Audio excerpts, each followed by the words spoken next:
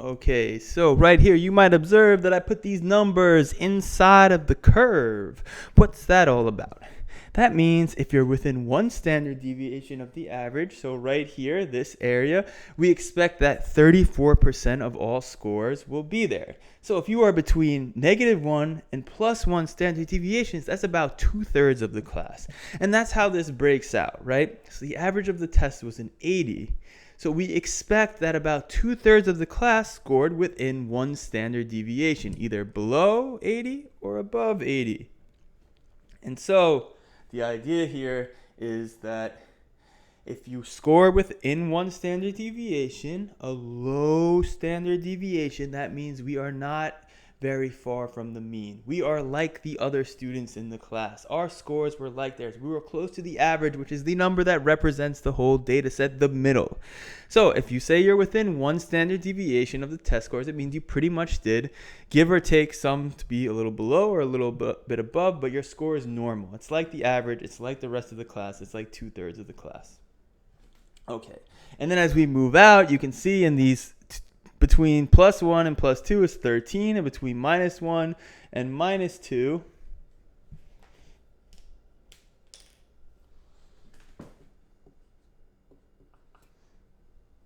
is 13%. So you're getting less and less like the norm. And then you get out here between 2 and 3 and only a very low percentage, 2.5%. So you're very far from the mean. You're very far from normal.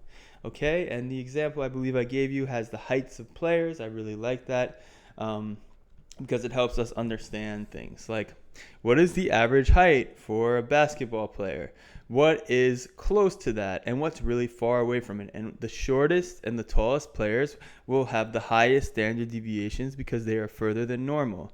Same thing goes in terms of your scores, right? If you're getting a near perfect score, you're probably in the highest standard deviation. You're far from the average. You're not like the other students. We call this an outlier. Maybe you've heard this term. What an outlier. These are interesting because they are not like the other observations. We're trying to understand what is typical and do we have any examples that are not typical?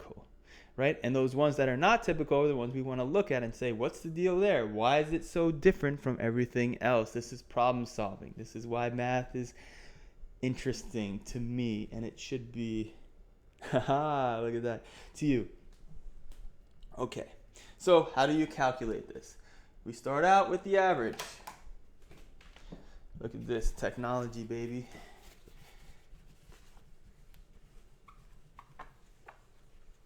We start out with the average. The average is the middle. 80. Okay, and the standard deviation is 5. Plus 1 standard deviation is going to be the average, which is 80, plus 1 standard deviation, which is 5. So that's 85. So down here, plus 1 standard deviation is going to be 85. And now minus 1 standard deviation is going to be 80, the average, minus 5, which is the standard deviation, right? This is the standard deviation, which is I established right here. Sorry, I like to see myself here and it went blank. Okay. So now this is 80. Okay, and what we say now is, because the values on the normal curve tell us that 34% of all scores and 34% of all scores. And so we can expect that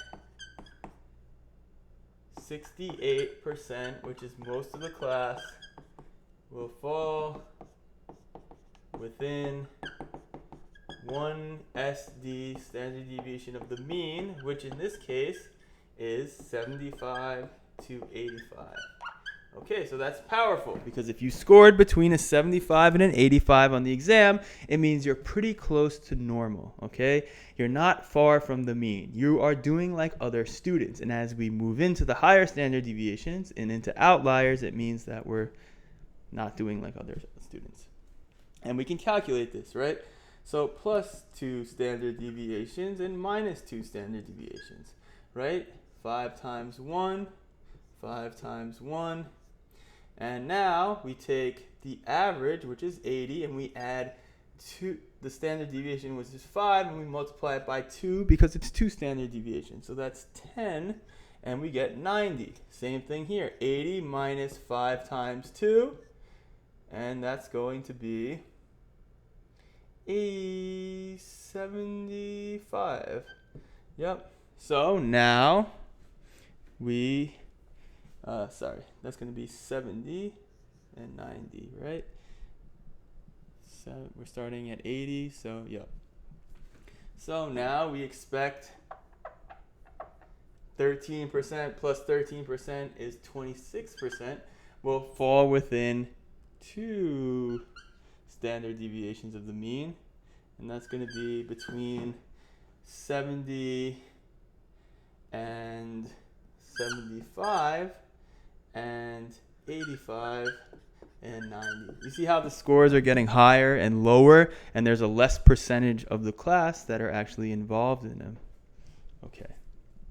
And finally,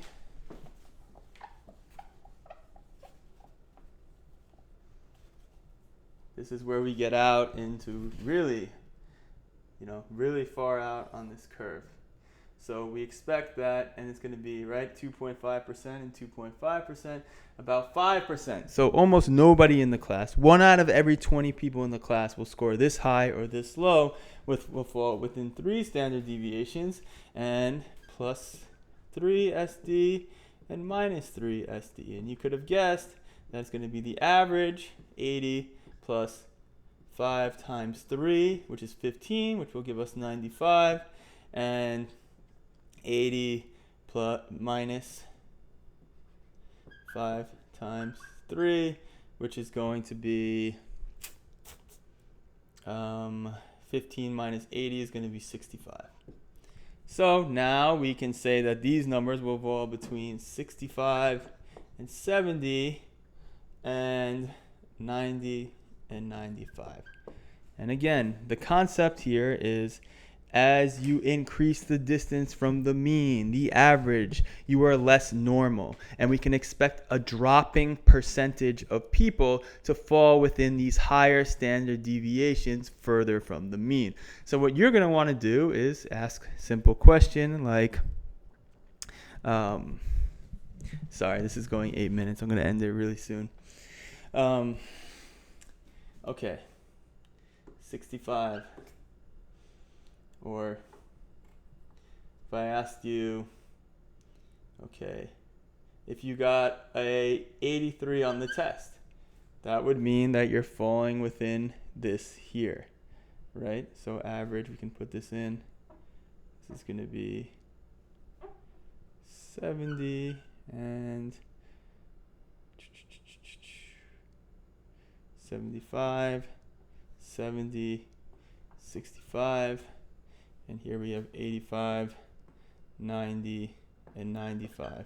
So depending on what score you get, you will fall within a different category, and we can talk about how close to the average you are. So if you get an 88, that would be in here. 83 would be minus 1 standard deviation. An 88 would be plus 1 standard deviation. A 76 would fall 83, okay, 88 would be, yeah, that would be plus, and this would be, right, between plus 1 and plus 2 standard deviations. And let's say a 75 here. If you got a 77, it would be in here. So a 77 would be minus 1 SD. And if you got a 72, you would be going towards a negative 2 standard deviation, and so forth. So what I want you to do is practice this, right? You have an average, you have a standard deviation.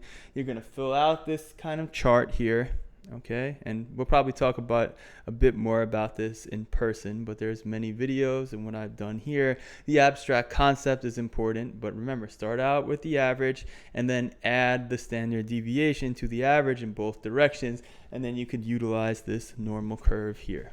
Okay, sorry for going over.